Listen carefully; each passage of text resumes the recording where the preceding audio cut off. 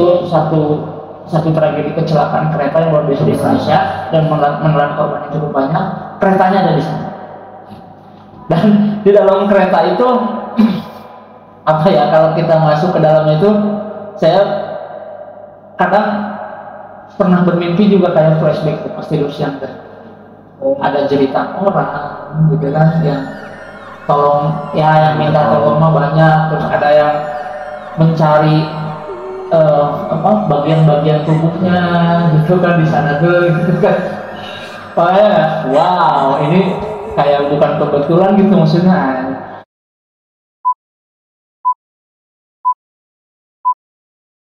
Datang sahabat Dimensi di channel Dimensi Lain di konten podcast misteri.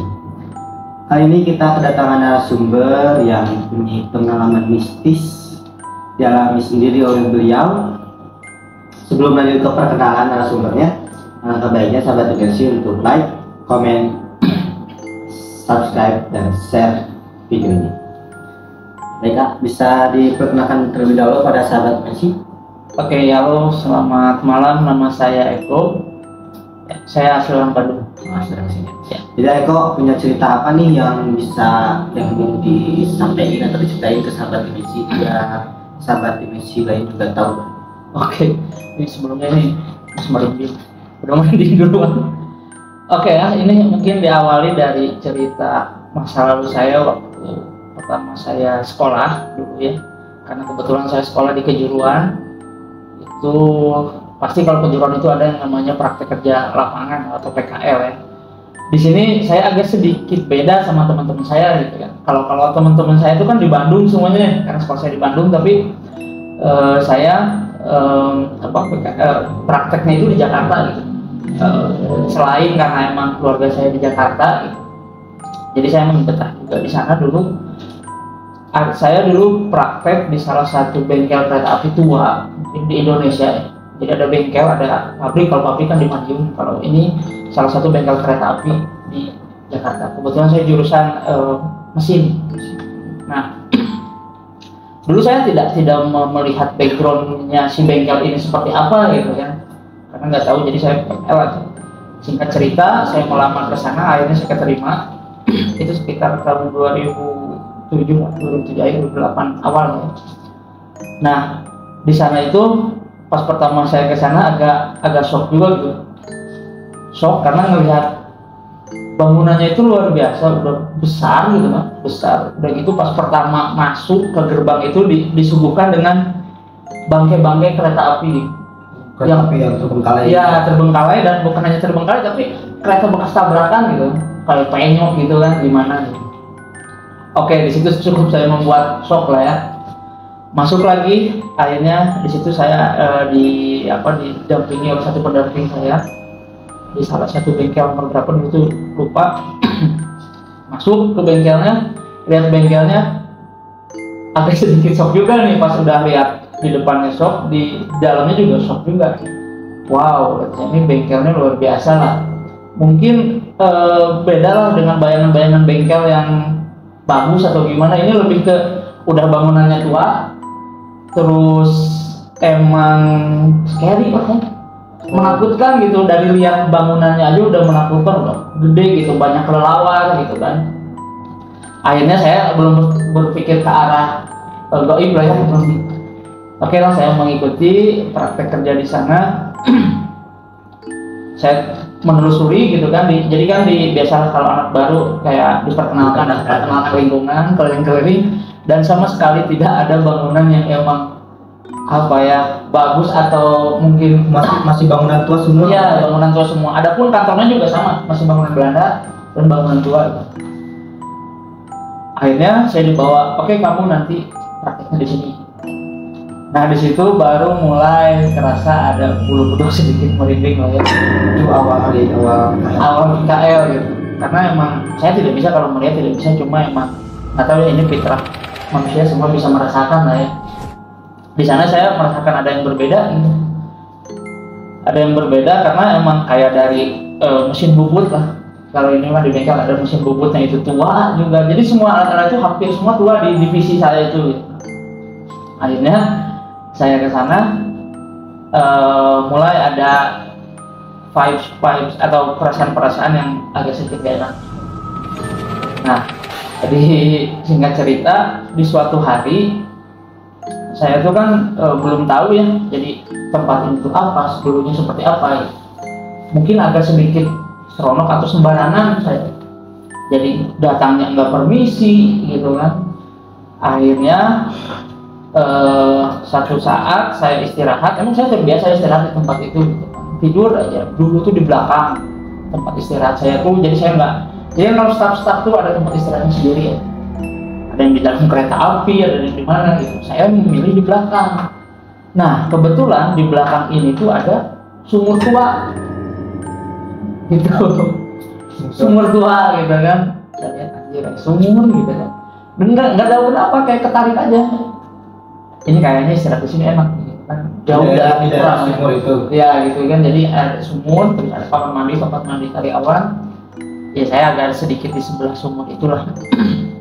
Nggak tahu kayak ada, oh ini ini enak juga istirahat di sini, tenang gitu. Karena kan Jakarta tuh panas lah ya. Di sana tuh ada pohon-pohon gede gitu kan. Jadi adem lah ya. Di dalam sumurnya. Enggak di daerah sumur itu gitu kan. Oh adem nih istirahat di sini.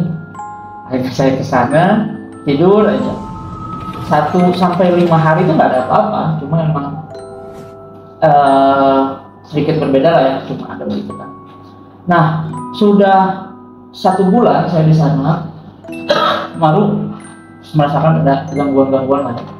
Kayak dari pas tidur itu diganggu dengan mimpi buruk terus, padahal tidur siang kan.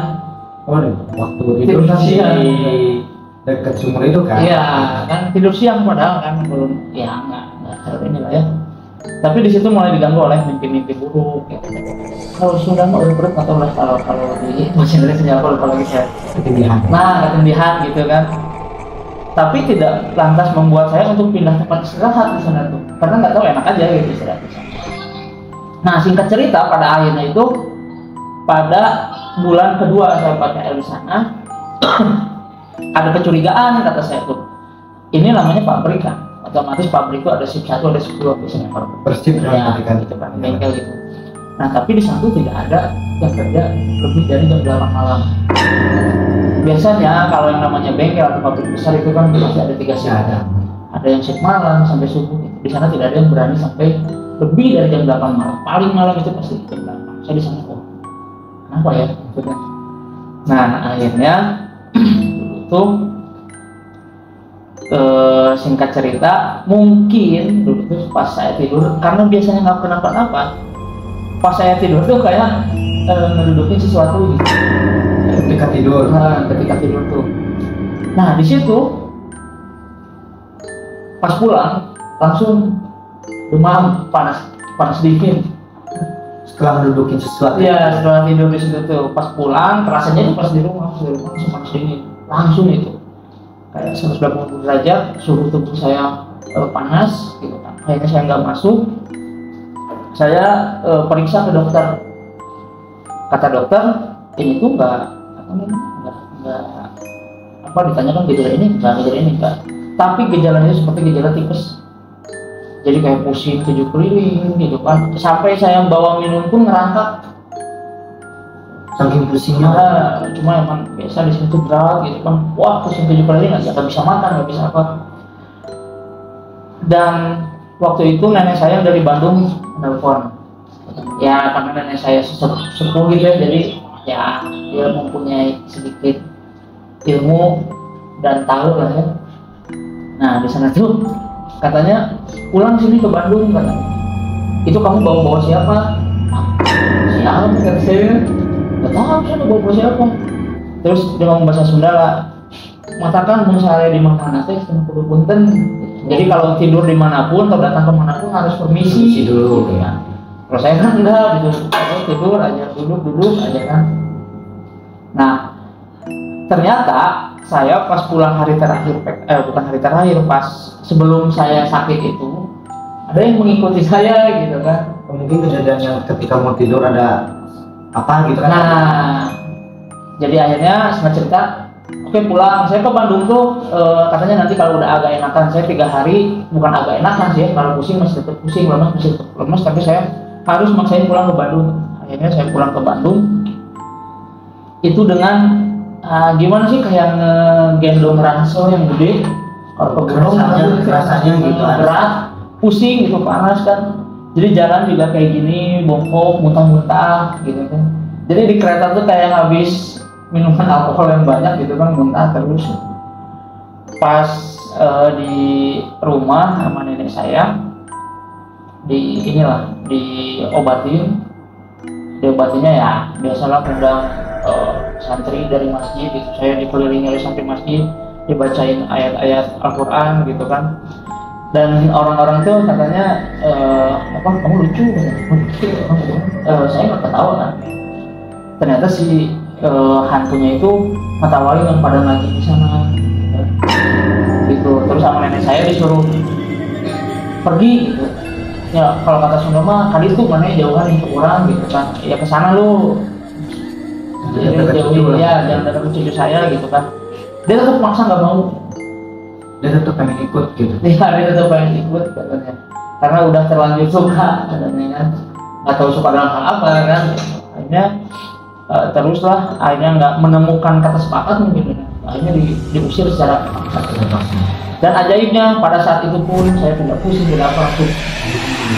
Pada saya langsung nggak berat. Nah singkat cerita saya pulang lagi ke Jakarta karena belum selesai kan. Pabrik sana semua. Nah di sana saya tanya-tanya ke senior di sana. Pak, itu ada apa sih? Ternyata kemarin saya sakit itu ada hal-hal baik yang menimpa saya. Emang kenapa? Gini-gini nggak usah ceritain saya. Nah habis itu baru pada cerita tempat yang kamu tempatin. Jadi tempat yang kamu tidurin itu adalah, kalau mungkin bahasanya singgasana, satu sosok yang ada di tempat itu. Dan sosoknya itu katanya ada misteri ya sosok wanita perempuan sudah tua yang kuntilanak itu gede, warnanya putih semua, dan dia selalu lalang di sana tuh dengan terbang. Jadi dia tuh apa ya, kalau dibilang mah bukan ketuanya tapi di bawah ketuanya lah ya, jika panglima gitu. Nah panglimanya katanya singgasananya kamu dudukin, otomatis dia marah katanya. Makanya di sini tidak pernah ada yang kerja lebih dari jam 8 gitu. Ya saya percaya aja sih, kenapa? Karena yang masuk ke sana kereta-kereta yang bekas tabrakan. Jadi tabrakan yang emang luar biasa gitu kan. Dan itu sebelum ada filmnya, dulu ada filmnya Kereta Hantu Manggarai ya. Nah itu sebelum film itu gitu. Dan saya di sana, oh pantesan. Dan emang mulai dari situ saya emang pernah pada saat tidur yang saya diganggu itu pernah bermimpi saya bertemu dengan sosok itu yang diceritakan itu gitu. Sosok itu anaknya itu. Cuma dia tuh nggak ngomong, cuma tahu kan menertawakan gitu kan, kayak ngeledek gitu kan. Oh ternyata sosok itu yang ikut ke saya tuh. Makanya dia tuh ada yang ngaji aja ditertawakan gitu kan, ternyata dia panglimanya di sana gitu. Ya ternyata katanya ya, kenapa berani-berani untuk di singgasana saya gitu kan. Dan dia pun mengerahkan pasukannya yang dari dalam sumur, dari sekitar-sekitarnya gitu. Ternyata bukan saya aja, yang hampir staf di sana semuanya pernah diganggu gitu. Dan gejalanya itu sama, panas dingin gitu kan. Jadi emang seremnya di sana mungkin arwah-arwah yang penasaran, yang korban dari kecelakaan kereta itu pada berkumpul di sana. Karena saya pun pernah menangani satu kereta yang emang masih ada kayak bercak-bercak darahnya gitu. Karena emang kayak mungkin Pak Akan ingat kalau pernah membaca ada tragedi Bintaro. Oh iya. Itu satu tragedi kecelakaan kereta yang luar biasa di Indonesia dan menelan korban yang cukup banyak. Keretanya ada di sana. Dan di dalam kereta itu apa ya, kalau kita masuk ke dalamnya itu saya kadang pernah bermimpi juga kayak flashback tuh, pas tidur siang kan. Ada cerita orang gitu kan yang tolong, ya yang minta tolong mah banyak, terus ada yang mencari bagian-bagian tubuhnya gitu kan di sana tuh gitu kan. Wow, ini kayak bukan kebetulan gitu, maksudnya gila, saya PKL di tempat yang sih awalnya mau have fun gitu kan, PKL di Jakarta mau seneng-seneng, ini yang mengalami sesuatu hal yang luar biasa gitu kan. Akhirnya di sana pada kebuka lah, diceritain staff ini nyeritain, selain yang putih juga ada yang merahnya juga, katanya wah anjir, katanya memang banyak sosoknya juga di tempat itu. Ya banyak banget sosoknya, karena emang ya ibaratnya bangkai kereta tabrakan, banyak arwah penasaran yang di sana gitu kan. Dan yang parahnya lagi tuh yang tragedi Bintaro itu, keretanya sampai sekarang juga belum. Jadi kalau ada kan yang kayak udah dibenerin, tabrakan lagi gitu. Jadi kayak yang ini udah dibenerin beberapa kali tapi tabrakan lagi. Ini di sana aja, di situ nggak dibenerin. Ya ini di aja di situ gitu kan. Dan pada akhirnya kan setelah banyak kejadian di sana di bengkel saya, akhirnya sekarang kan bengkel kereta yang kereta bangkai itu dipindahin pada ke Purwakarta gitu kan, yang ada kuburan kereta di sana tuh. Okay. Nah karena di sana banyak tragedi yang terjadi di sana, ya itu cukup membuat pengalaman hidup saya yang paling menarik mungkin ya gila tuh gitu. Pernah juga nih pas tidur siang tuh kayak jadi kayak si sosok yang tadi ceritain saya kayak set gitu lah, masuk menghampiri saya gitu kan, kayak tapi otomatis saya terbangun di situ kan, langsung kaget di sana. Saya sempat harusnya PKL itu 3 bulan, tapi saya cuma kuat 2 bulan. Iya, saya cuma kuat 2 bulan. Langsung pulang ke Bandung. Saya langsung pulang. Enggak pulang ke Bandung, tapi saya mengundurkan diri, maksudnya udah Pak, saya sih udah beres PKL-nya gitu. Terus kata nenek saya itu orang yang emang manis gitu kan. Jadi kayak sosok-sosok jelek itu teh, sosok-sosok jelek itu teh gampang tertarik sama saya gitu. Karena mungkin wangi. Ya itu wangi lah ya gitu, nggak tahu lah. Jadi emang setiap dimanapun gitu kayak ada kecelakaan apapun pasti kayak saya tuh bisa kayak bukan bisa. Ya mungkin nggak tahu, orang juga pada merasakan kayak mau ada kecelakaan tuh kayak udah masuk dulu ceritanya baru. Tapi jelang beberapa menit, beberapa detik terjadi gitu. Bener terjadi, saya tuh kayak Final Destination gitu. Asli itu pengalaman yang luar biasa, menegangkan lah dalam hidup saya gitu. Nggak mau 2 kali, soalnya kesiksa banget. Pas ininya, jujur pas ada sosoknya mah tidak terlalu gimana gitu ya. Cuma emang yang tersisa itu emang rasa sakitnya. Jadi sahabat dimensi, pelajaran kali ini yang kita dapatkan, mau dimanapun kita berada, tetap harus berbisik meskipun itu tidak ada orang, apalagi pabrik yang sudah tua atau rumah sudah tua, tempat yang tua itu alangkah baiknya kita selalu permisi. Jadi terima kasih Kang Eko sudah hadir di dimensi lain ini, berbagi cerita pada sahabat dimensi. Dan untuk sahabat dimensi, jika kalian suka video kali ini, bisa kalian like, comment, subscribe, dan share video kali ini. Terima kasih.